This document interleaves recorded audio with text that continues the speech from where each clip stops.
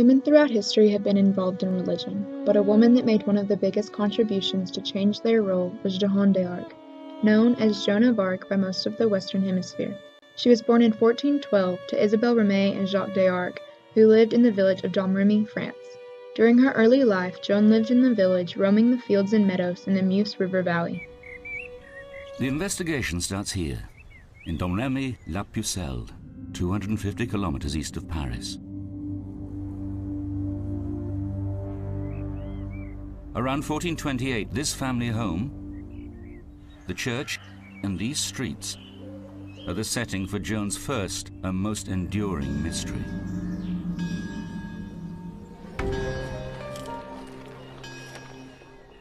It is here that Joan makes a choice, from which she steps out of obscurity and into legend.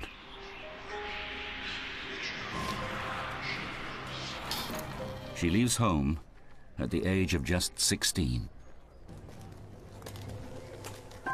In 1328, French King Charles IV died without a son, leaving no one to carry on his legacy as part of a monarchy. As a decision of replacement, the French determined that Philip VI was the rightful heir to the throne and crowned him as the King of France. The English monarch, King Edward III, invaded France just 9 years after, starting the 100 Years' War. We tend to think of Joan of Arc as the woman who led France to victory against the English. She's France's national heroine. But actually the story's a lot more complicated than that. England and France were at war, but France was also at war with itself. A civil war had been going on in France for 20 years before Joan ever appeared on the political scene. So we need to understand how bitter and how brutal that conflict was, and how there was no foregone conclusion that France, as we know it today, was going to carry on existing. If we understand that, we understand a lot more about the complexities of the world in which Joan lived. When she was 12, Joan of Arc thought she heard voices of angels and past saints telling her to stand for France and help the heir of the throne become king.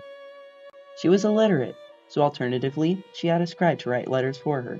Based on these letters and accounts, she was a determined young woman who stood by what she believed, no matter the consequences. This determination forged the path from a young, fragile girl to a strategic, strong, and resolute woman. Sparked by an extraordinary claim.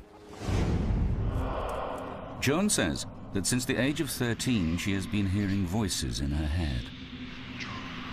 And she believes these voices come directly from God. Even though Joan helped Charles VII become king, he ignored the ability to assist her when she was taken by the English. She had no solace from this, other than the God she believed in, thinking that no matter what would happen to her, her God would cherish her. But if we think about a world in which a terrible civil war is going on, in which there's also an invading power, it's almost as though in our Wars of the Roses, the French had invaded and the Lancastrians or the Yorkists had been allied with them. If we think about the complexities of that world, and then imagine a teenage girl arriving from a small village far away saying, God has sent me to lead the army. How on earth did that happen? And why did anyone listen to her? I think that makes her all the more remarkable. Many of the people around her thought that she was a serious schizophrenic who would repeatedly spout nonsense about voices and angels. Some modern experts argue it shows Joan was a schizophrenic and insane. Psychologist Dr. Miguel Farias thinks otherwise. A major distinction to be made is between people who hear voices and have a serious psychological condition, and people who hear voices but have normal lives.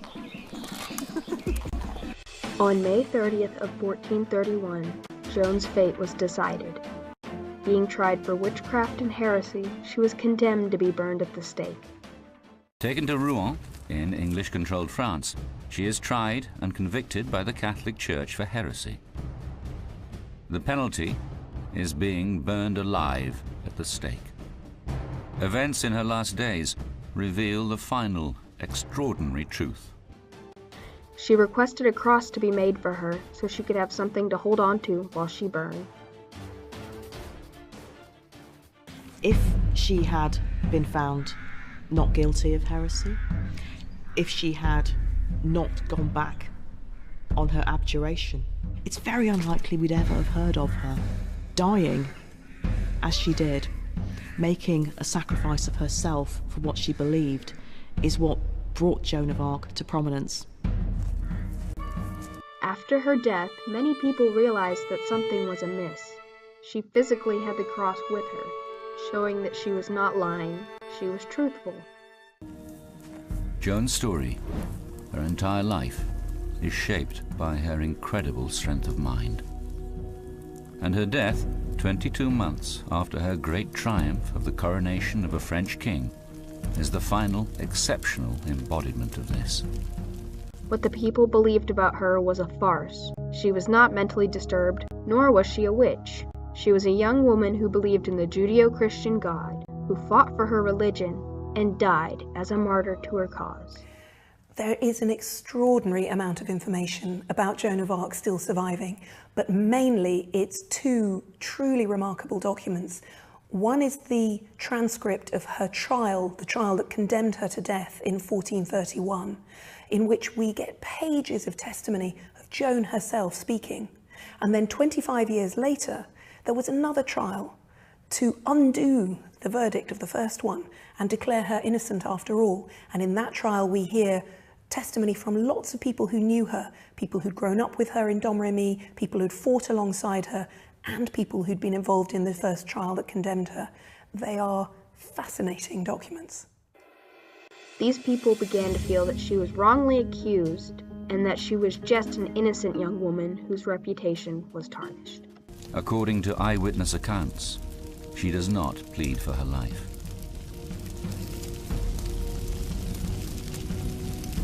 She simply calls out, Jesus, in a persistent and strong voice as the flames rise. In 1909, Joan of Arc was beatified in the Roman Catholic Church. Her reputation was redeemed, and the people on earth finally recognized her as an important figure in religion and in history. Joan's young adult life is dominated by her religious fervor.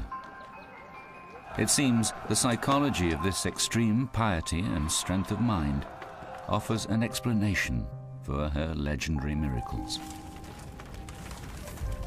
But despite this great devotion to her God, it is the Catholic Church that had her burned as a heretic. And it would take nearly 490 years before the same church would finally recognize Joan of Arc as a saint. Due to what she had done while she was alive, women could stand free and they would no longer be underclassed. Even in the secular areas of society, she is recognized as a strong figure, as she is featured in multiple forms of modern media. Joan of Arc will be remembered throughout history as a woman who not only fought in body for war, but also in spirit for the God she believed in.